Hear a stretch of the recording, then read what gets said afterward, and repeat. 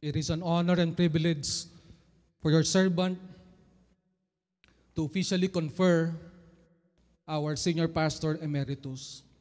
Alam po ninyo, madalang po sa ating lifetime as Christians, as believers, to see church leaders turn over their responsibilities to another successor. Napakadalang po nun. At salamat sa Panginoon, we are given the privilege and the opportunity to witness such sa araw na ito. Kaya nga po, JC Pampanga, we know that our future is indeed daunting. No, the task is daunting, but we believe because God is sovereign, we are facing and moving forward with a bright future. At nararapat lamang po na sa nakaraang 15 taon, ating parangalan po ang ating senior pastor. At ngayon nga po sa isang mas level up na kalagayan, ang Senior Pastor Emeritus. Official conferment of Senior Pastor Emeritus, status to Reverend Gerardo F. Oarde. Palakpakan naman po natin ang Panginoon sa buhay ng ating Senior Pastor. We will now honor Pastor Jerry Oarde as Senior Pastor Emeritus. Once again, good afternoon to all our guests, fellow GCFers, brothers and sisters in Christ. The ceremony we're about to witness is a part of our church service in which the congregation honors servant leaders for their consistent and enduring ministry and consecrates them through prayer to a continuing Christ-like servant leadership in the church. This formal rite is observed in the honoring of senior church ministers in the context of Green Hills Christian Fellowship Pampanga and the Conservative Baptist Association of the Philippines, CBAP, wherein the honoring of pastors and elders are done in obedience to God's word. We can read in Numbers 8:23 to 26 the retirement of the Levites. In Numbers 8, the scripture says, "Now the Lord spoke to Moses, saying, this is what applies to the Levites. From 25 years old and upward, they shall enter to perform service in the work of the tent of meeting." Verse 25, "But at the age of 50 years, they shall retire from service in the work and not work anymore." Verse 26, "They may, however, assist their brothers in the tent of meeting to fulfill an obligation, but they themselves shall do no work. In this way you shall deal with the Levites in their obligations." Kaya nga po hindi tayo nag-aalala na tayo po iiwanan ng ating senior pastor kasi makakasama po natin siya sa higit na mas mahalagang gawain, ang gabayan ng inyo pong mga leaders dito sa GC Pampanga. You know what? In the Old Testament, the Lord showed His loving care for His servants by instituting and mandating their retirement. Numbers 8:25, "But at the age of 50 years, they shall retire from service in the work and not work anymore." Of course, hindi naman po Levites si Pastor Jerry. At hindi po kami mga Levites. But the principle applies. One thing we need to appreciate is the fact that the work of those in the ministry was nerve-wracking and back-breaking labor. From age 30 to 50, the Levites did heavy manual lifting and strict memorization of ceremony rules and procedures. Alam niyo po, ganun din po sa role ng senior pastors ng isang church, hindi po madali. Sinasabi ko po sa inyo, wala ka pa hong ginagawa, antindi na ng pressure. Kaya kung minsan po makikita niyo po kung parang hindi nakangiti si Pastor Joey. Tinatanggap pa lang po yung seremonya ngayon, nararamdaman ko ng bigat at yan po'y pinasan ng ating senior pastor sa nakaraang 15 taon. Hindi po siya perpekto, pero nasaksihan po namin, naging tapat po siya sa kanyang paglilingkod. Kung kaya nga po ginagawa rin natin siya ng parangal na ito sa gabi na ito.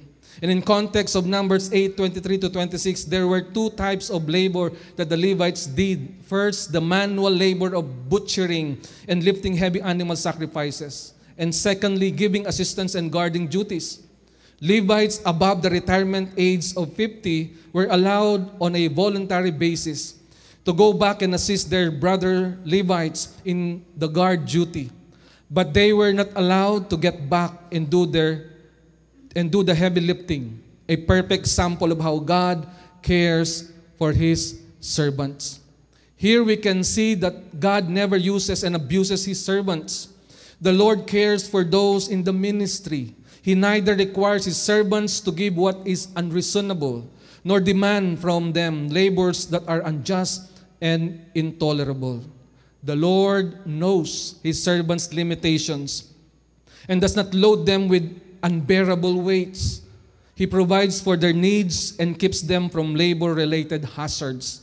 He looks out for them and protects them. What we read in Numbers 8:25 is a lovely portrait of God's providential care for those who have reached an age of retirement, where the pressure and the stresses of ministry must be minimized to suit the servants' physical capabilities as senior workers.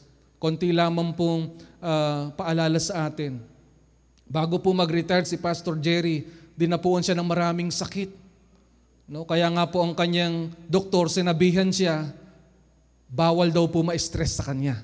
Yan daw po ang kailangan niyang gawin. Kaya lang paano po gagawin ng senior pastor ang bawal ma-stress? Pero nang siya po'y sumunod sa Panginoon na mag-retire at ipasa na sa susunod sa kanya ang inyong nga pong lingkod, abay, parang biglang umayos ang lahat. Ano? At parang minana ko. No, kaya hindi nyo napansin, kakaiba ang boses ko ngayon. But you know what, indeed, it was a wonderful thing to know that God cares for us. And transition like this is His design for us to show us that indeed, in the ministry, no one is indispensable. Every one of us are valuable. Mahalaga po ang ating senior pastor, mahalaga po ang lahat sa atin, pero dinemonstrate niya, bagaman mahalaga siya sa ministry, hindi siya indispensable. Katulad nga po ng paalala ng salita ng Diyos, ang talaga naman pong pangulo ng church na ito, sino po? Si Kristo, si Jesus Christ. Kaya bagaman nanginginig po ang inyong lingkod, tinanggap po ang hamon dahil maliwanag po sa inyong lingkod at yan rin po ang turo ng ating senior pastor, si Kristo ang sentro ng GCF Pampanga. Kaya nga po may pag-asa po tayo, purihin po ang Panginoon. Kaya po brothers and sisters, please note that they were still allowed to serve. Kaya Pastor Jerry, we will allow you to serve. And minister in ways suitable for them. Hence, they can continue to help their younger Levite brethren guard the tabernacle. But now their days of heavy lifting are over. Pero yung pong aming pangako, hindi na po namin kayo aabusuhin. Yan, may bago na daw po silang aabusuhin. Yan. Consequently, this is a reminder to all of us that in the Lord's service, we never have the right simply to use someone up. We must always think of their best interests, even as the Heavenly Father cares for His servants. Yamang ang spirito nito'y pagkalinga.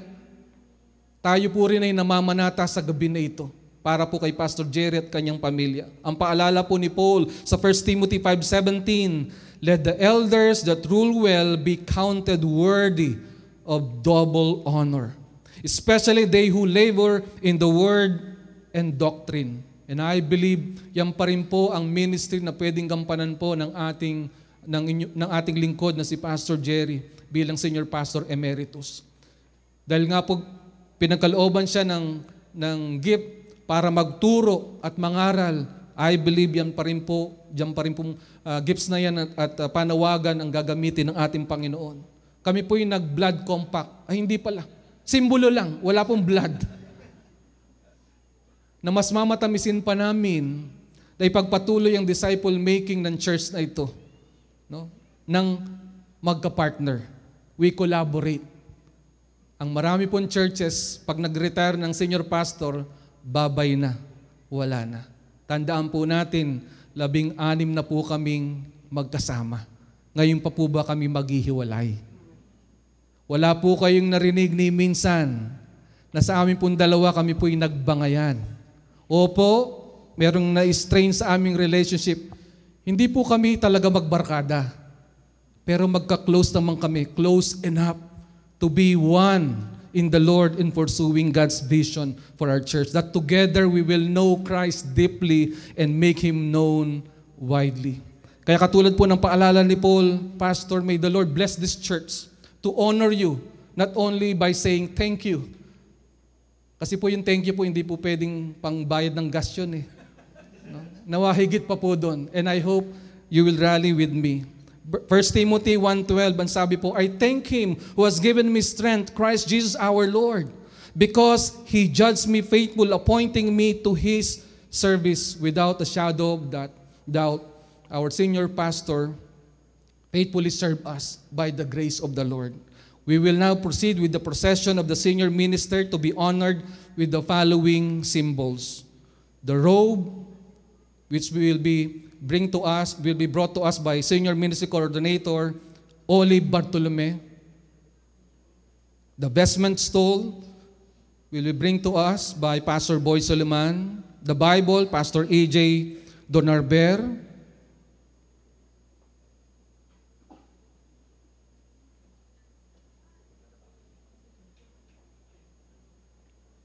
And the plaque, si Pastor Berhel Caranay. And of course, under the guidance of the Holy Spirit, GC Pampanga Central has called the Reverend Jerry Uarde to receive honor and recognition.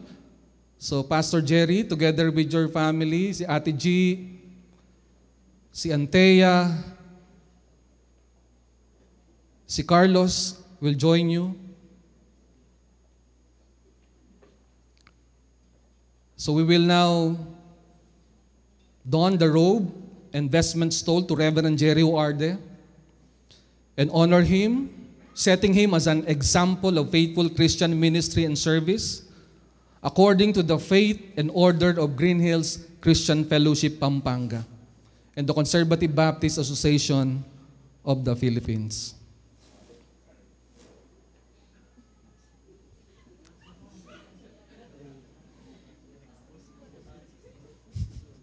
Sabi ni Olive, sumabit kasi mataba kayo.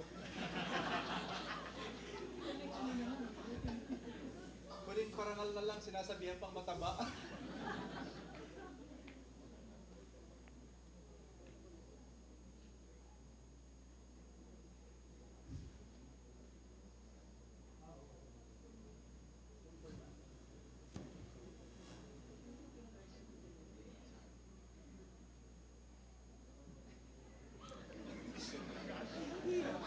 Hindi rin magkasya, Pastor. Sinukot kasi yan nung 15 years ago, Pastor.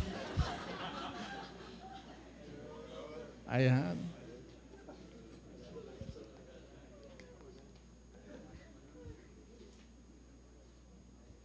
Hindi magkasya sa bungo ko.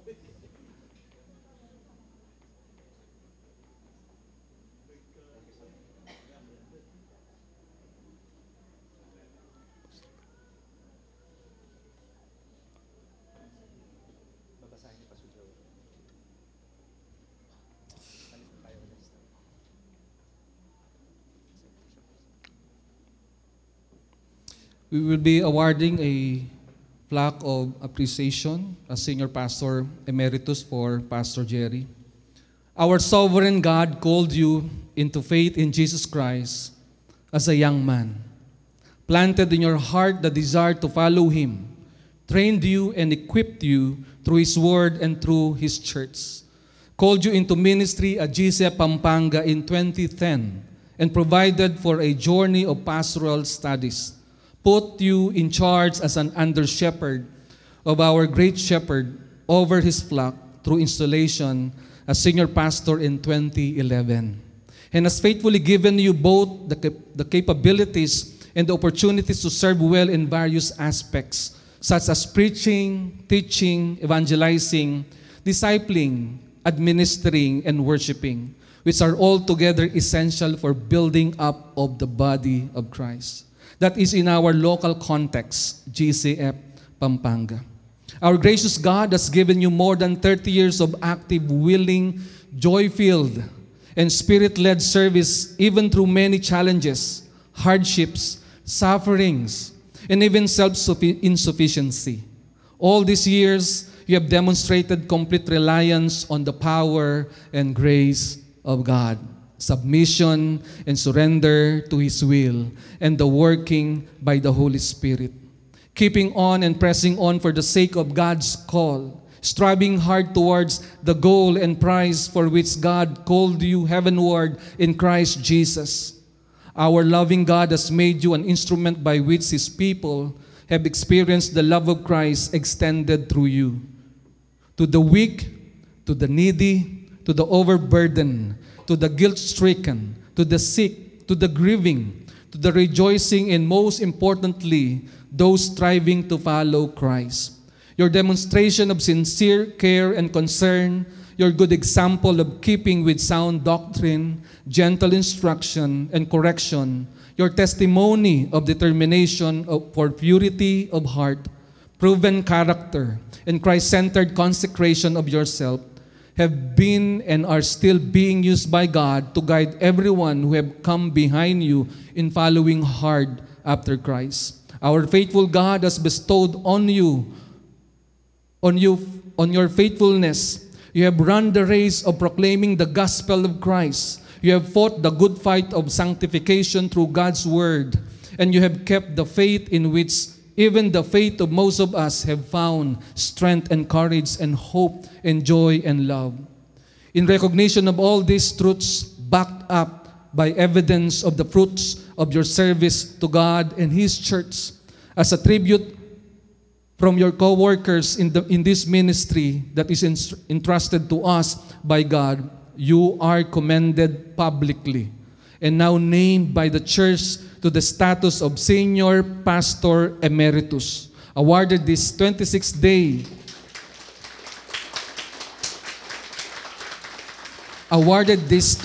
day of January of the year 2025 in the presence of the congregation of believers in Christ here at GC Pampanga, conferred by the Board of Elders and the office of the Senior Pastor. Pastor Jerry, please receive this as a token of our appreciation and honor to your faithful service to this church.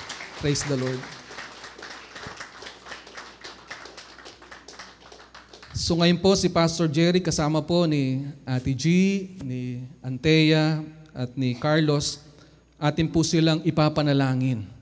I will be leading this church in a prayer of consecration and installation. So the congregation shall rise and lift your hands toward Pastor Jerry.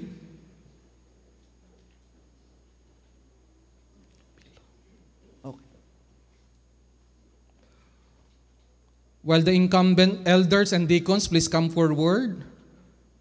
Mga elders po na malapit po din, please come forward. Lay your hands toward Pastor Jerry and his family.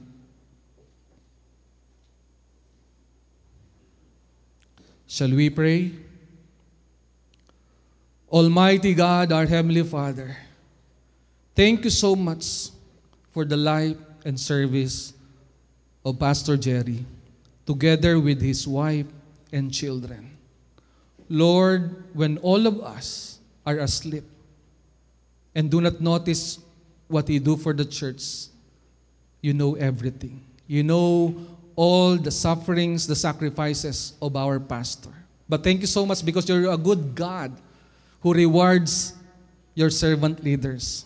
And so right now, as we stretch out our hands toward him and his family, we pray in unity that you bless him all the more.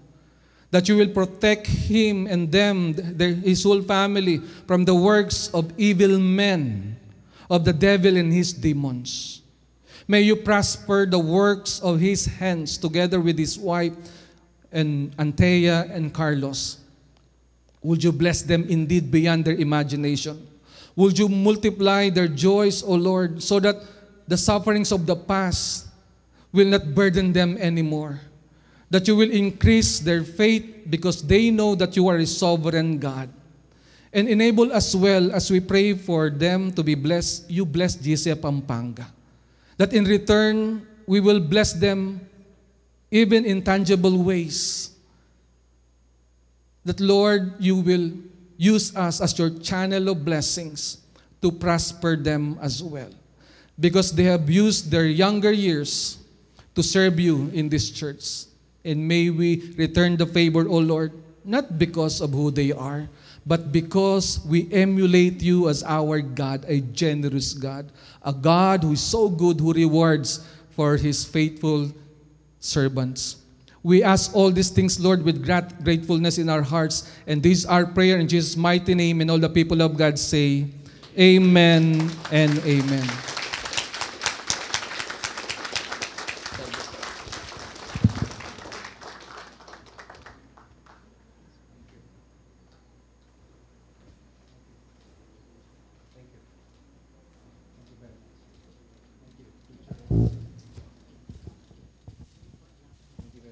Ladies and gentlemen, brothers and sisters in Christ, Jesus Pampanga, I now present to you your Senior Pastor Emeritus, Reverend Gerardo O. Arde.